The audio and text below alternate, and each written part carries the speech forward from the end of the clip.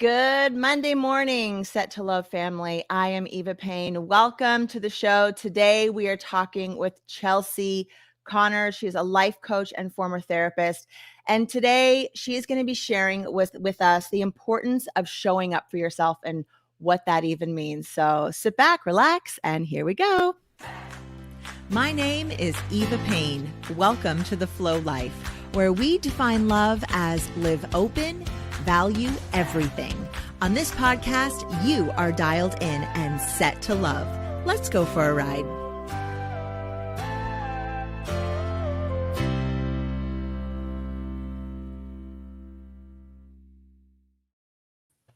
Chelsea Connors, welcome to Set to Love. Thank you so much for being here today. Hi, Eva. Thank you so much for having me. I'm so excited to get to chat today. Yes, me too. I want to just jump right in and have you introduce yourself to the audience. Tell us a little bit about yourself, how you got to this place, and what you do, what your specialty is.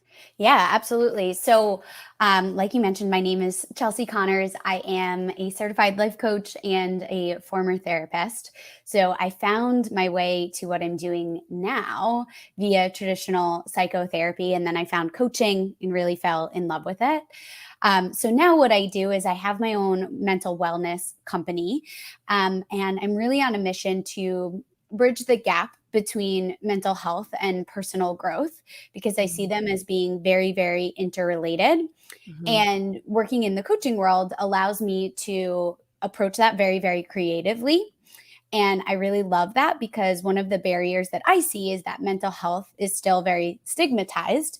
And when I was working as a traditional therapist, people would often come in and describe that they felt like they weren't, quote unquote, bad enough in order to receive support or to start doing this work. And so I really love to normalize that conversation, as well as create different programs and offerings that people can tap into at all different levels, depending on what they're experiencing or ways they're looking to grow, and really just start improving mental well-being overall. So I love that's it. about what I do. Do you find that, just a quick question before we dive into what even showing up for yourself means, do you find that there's more freedom in being a life coach versus being a therapist, because you have to follow as a therapist? I felt like when I was in therapy, there was a lot of listening and not so much like I wanted more. Like, can you give me something more? And there's like this barrier of what you're allowed to do as a therapist, or with a life coach, you can be so much more creative and there's more fluidity in your conversations. Do you find that with your practice? Yes, absolutely. And I felt the same way, both as a client and as a therapist, because I'm a huge advocate in practicing everything that I preach. And that was one of the precipitating factors as well to why I took this pathway, because of that frustration. Or I would have clients who would say, this is helpful when we're here having conversation in session, but then I go out into my world and it kind of gets lost for me, or looking for more of that tangible, action oriented type of support. And not that it's always that. Sometimes listening and just having the space is incredibly healing. And I love therapy, and I think it's an invaluable modality. But I think different levels of support and different types of support are going to work for people depending on, one, who they are and what feels best for them, and what they're going through. So I love both of the modalities, but I definitely agree that I have found so much more creativity and freedom and joy in the way that I can support people working in the coaching sphere versus therapy. I love that. Thank you so much for sharing that. Yeah, I believe that too. Okay, so let's dive into this topic of showing up for yourself. What does it even mean for someone out there who maybe has zero idea what we're even talking about when we say showing up for yourself? How do you define that? What does that look like for you? Yeah, absolutely. So I think that, well, I know that we live in a world that places so much emphasis on what one person can do for other people. All of the ways that you can give, all of the ways that you can show up, all of the things that you should or shouldn't do, have to or can't do or be. And so when I think about this concept of showing up for yourself, right? So often we're looking outside of us, whether that's for the ways that we feel we need to perform for the world around us, or we're looking for an external situation or factor or something to change or give us permission in some type of way. So when I think about showing up for yourself, it is really the practice, the active practice of learning to befriend yourself and learning to Mhm. cultivate self-trust from within and start to value your own experiences and the support that you show yourself in the same way that you would value you showing up for a friend in need, or you showing up to your job every day, or you showing up for your family or your kids or whatever it might be. That you start to recognize you get to do that for yourself as well, and see how that adds to what you can give to the world around you, but from a place that is genuine and kind of like that spillover. If you think about the quote of "you can't pour for an empty cup," Mhm. that's what I'm referring to here. Rather than what I see is people are giving, but it's from a place of guilt or should or resentment, and that doesn't Mm. actually feel very good. So this practice of the power of showing up for yourself is really so much about how do I nurture my being so that I can show up more genuinely, freely, authentically in my life. Okay, I definitely wanna ask you how we show up for ourselves better, but first I wanna know why we don't show up for ourselves better. So what is the barrier that keeps us from doing that? And then let's go into how we can do that a little bit better. Mhm, mhm. So when it comes to why we don't show up for ourselves very well, I think there's so many different reasons. And I often find as I work with clients that each of us have had our own experiences of why one might feel you're not worthy enough, you're not valuable enough. And then we live in a culture right now that is so highly focused on output. Mm. What more can you be doing? How else can you be performing? How are you striving for achieving that next level? And again, in whatever type of way it might be, it could be as a parent, it could be in your relationship, it could be at work, it could be in your fitness, like whatever it might be. It's always like that more, more, more, more, more. So we're Mhm. used to the push, and maybe when our bodies, hearts, minds are asking us for something different that might go against that cultural norm, Mhm. it feels very conflicting. And then if you've had any experiences, whether that be in your family or with mentors or people you looked up to when you grew up who reinforced this message that you have to prove your worth, or that you are not good at something, or that you are not worth slowing down or spending time on yourself, or that's a waste, right? Those beliefs kind of get deeply ingrained whether Mhm. we're aware of it or not. And so then when we think about this idea of showing up for yourself, prioritizing yourself, putting yourself first at times, there's a lot of resistance and friction that can come up because of all of those deeply embedded beliefs and experiences and things that we see around us that are reinforcing that message, again, whether it is consciously or subconsciously. Yeah, that's so true. Especially all of us doers out there, all of us who like find our worth in the how much stuff can I get done, or how much stuff can I put on a resume, or how busy Mhm, can I be. So yeah, mhm. I definitely at one point in my life resonated with that so much. So Yeah. totally get it. So how do we then shift from that mindset to this other way of being and this other way of showing up every single day for ourselves, and then that ripples out into the people around us? Mhm. Yeah, I love that question. And I think for me, I often think about values, right? Which I know I Mhm. saw is something that you share, right, and talk about as well.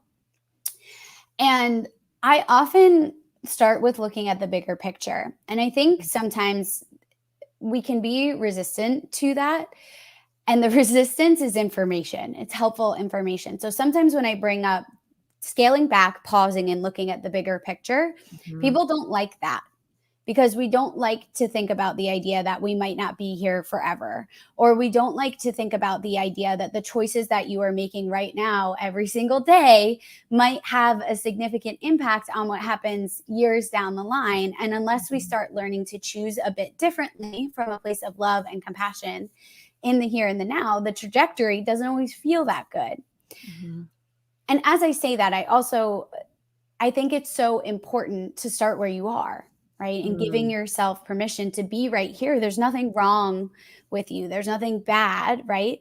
But so often it just comes from giving yourself some time and space to ask the questions like, who do I want to be in this world?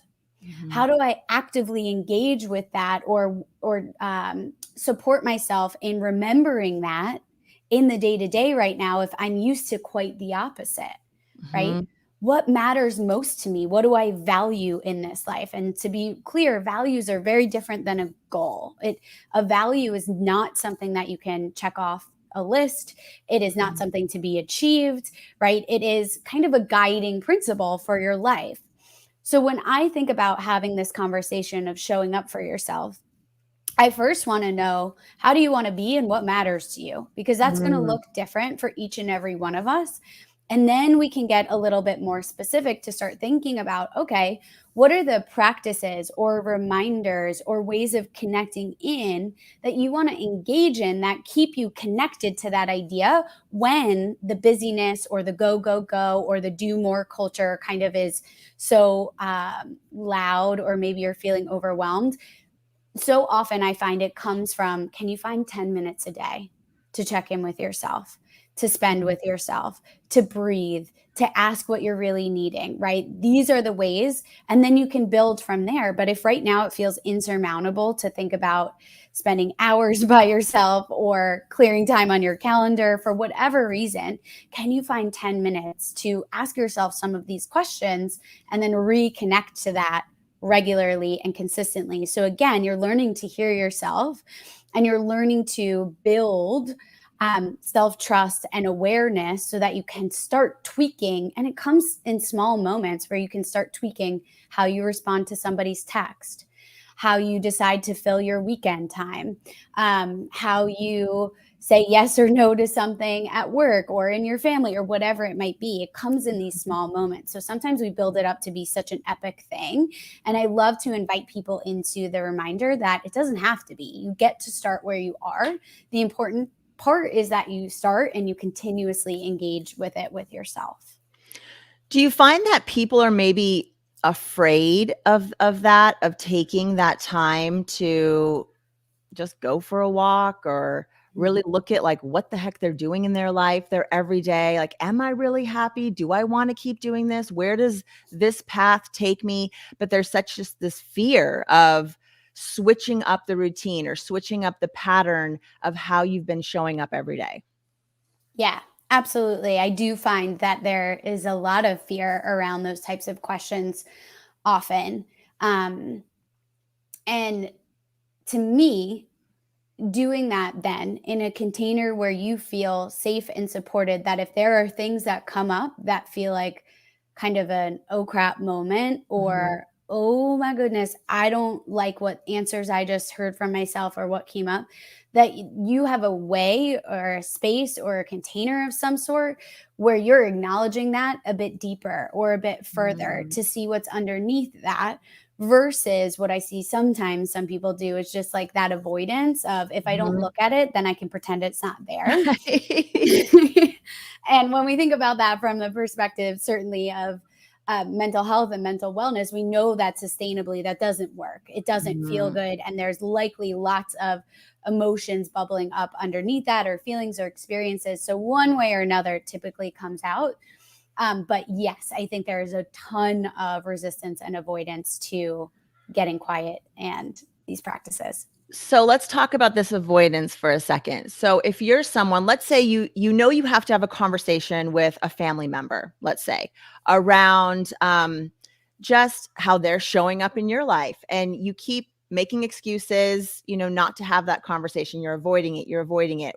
How would you coach someone into having that difficult conversation of like, I don't need to talk to this person every single day, or what they're asking of me, they want to come hang out every single weekend, and I just like, I want time for myself, but I don't know how to even, I don't want to hurt their feelings. That's what I hear a lot from people. I don't want to hurt their feelings. And so they just keep taking away from themselves and voicing how they feel because they're afraid of even having that conversation or saying how they feel because they don't want to hurt the other person's feelings. And so they're taking away from, their own peace just to appease someone else? Where do you even start with a difficult conversation with someone that you love and that you want to have a good relationship with, but you just keep succumbing to how they want you to show up in their lives? Mm-hmm. That's such a great question. And yeah, I think it speaks very powerfully to why there's so much discomfort around it, right? Is most of us are pretty caring, considerate human beings who like want to be good people on the planet and do good things and like have good relationships. And it's interesting that this is coming up because I'm hosting a free workshop called Empathy Evolved, because I see this so often, right? Where we can put ourselves in someone else's shoes. We never want to make them feel badly, so on and so forth. So to answer your question of where might I coach someone around starting with it, the first thing that I might ask them is to tap into the physical sensations that come up when they think about having this conversation, right? So for example, for me, I know in my body most of the time when I'm nervous or I feel uncomfortable, I feel like in my chest, it's just so weird and uncomfortable. It's hard sometimes to even put words to, but my heart might start to beat quickly, or I might just feel a general sense of uneasiness, right? Yeah. And so for me, having the awareness of, okay, this is oftentimes what discomfort feels like for me in my body. When that comes up, I can learn different practices that help me acknowledge that sensation, be with it, and recognize that I don't have to run from it. It's just my body responding to an uncomfortable situation. And that can be a practice of like befriending myself, where I can say, okay, this sensation is coming up in my chest. I know what this feels like. I've been through this before. This is my nervous system responding to stress. It's okay. I'm safe, right? And I can literally have this conversation with myself rather than feeling like, oh my gosh, my heart's beating out of my chest. I can't do this. I'm not doing it. Never mind. It's not that important. I'll just talk myself out of it, right? Yeah. Which is when we're not aware of all of these tools and practices, that is how your body is going to respond, is that fight, flight, freeze mode. So that's the first thing that I would explore is how can you learn to be with the discomfort in a way that doesn't stop you from honoring your truth or your needs? Then I would start to think about, okay, can we reframe here? Where might there be some assumptions being made that may or may not be true? Like, for example, how the other person is going to feel, or what they're going to think, or how they're going to respond. Again, we want to just name those. Let's call them out, pull them forward, and also acknowledge that none of us can read other people's minds, which we often like to think that we can do and take ownership of that. So fact checking that a little bit, and then being able to think about kind of going back to that values piece that we talked about a bit earlier is like, what types of relationships do you want to have in your life? And if this is someone that you love and deeply care about, isn't it so important that you're having connections that genuinely feel good for you and vice versa? And can we normalize having conversations about dynamics changing without that making one person good or bad or right or wrong, right? The reality is that as human beings, we're all changing all of the time, and our needs change, our likes and dislikes change. And that's okay. And the more that we avoid having those types of conversations, the more uncomfortable life will feel. And then you might notice some ways of engaging that don't feel good, like passive aggressiveness, or being together and feeling like you're not present because you're thinking about what you really want to be doing, or right. And so the values can really help when that questioning comes in of, do I want to have this conversation? Am I not going to have this conversation? This is going to be so uncomfortable. What if they're upset with me?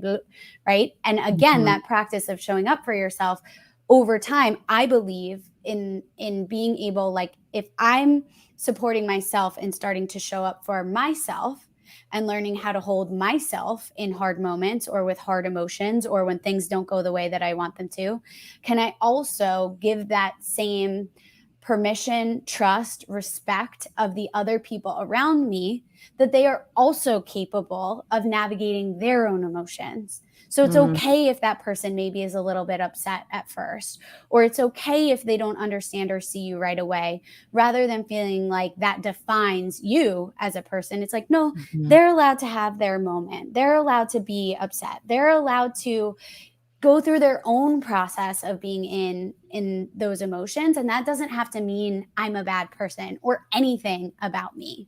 So there's so many different layers. I know that was a very long response, but no, it's really, really helpful. Like, I'm thinking about just different individuals in my life and how they make excuses instead of just saying how they feel. Like, I don't have time. Sorry, I'm just busy. And so they avoid the conversation because they're so afraid just to say how they feel, or they don't quite know yet how they feel. You know, they just know that the way this other person's coming in is kind of hot and like too much, but they don't really know yet how to set those boundaries up or how to even express. Can we end with this last question? How do you express the boundaries? Let's say you're in a relationship where someone wants so much more of your time. And, we talked about all the doingness and you're thinking like, okay, this is just way too much for whatever reason. Yeah. How do you start that conversation with someone in that empathetic, loving way around some kind of boundaries, some kind of like change that you want to see in your relationship? Yeah, absolutely. I think it would depend on what the relationship is like. But one idea that I often utilize and will share is naming how you're feeling. So if you're showing up to that conversation feeling unsure or feeling uncomfortable, I think being able to open up that dialogue by saying, I'm really excited to talk to you. I want to be honest. I feel really uncomfortable being here, but I also love you so much that it feels so important that we talk about some things that aren't feeling so good for me. And I'd love to think about ways that we can navigate this differently together, right? So again, that might be an example if it's in a relationship that is loving and has mutual respect, right? Where you can be that level of vulnerable and open, and it feels okay. And I say, okay, that doesn't mean it feels comfortable or good, but it feels safe in a way. Like you recognize this might be uncomfortable, but I'm okay to stretch myself here and stretch that comfort zone. Versus if you were having a conversation with someone where you felt like your boundaries had repeatedly been crossed, or there was no boundaries, and this person, you've watched them not know how to hold boundaries, that conversation might look a little bit a little bit different, so that you're being more clear and succinct. And maybe you go in with, this is what I'm really needing in this relationship. How can I clearly and lovingly communicate that? And hold that a little bit more sternly, depending on, so it really varies depending on the situation. Yeah, that's great. No, that's great feedback. I love that. Can you tell us, you said you have a course around empathy. I'd love to know a little bit more about that, and then just where people can find you if they want to connect with you and your work and this course that you're going to be offering or are offering. Yeah. So what I was alluding to before, it's called Empathy Evolved, and it's actually just a one-time free workshop, and it's going live tonight, but there will be a 72-hour replay.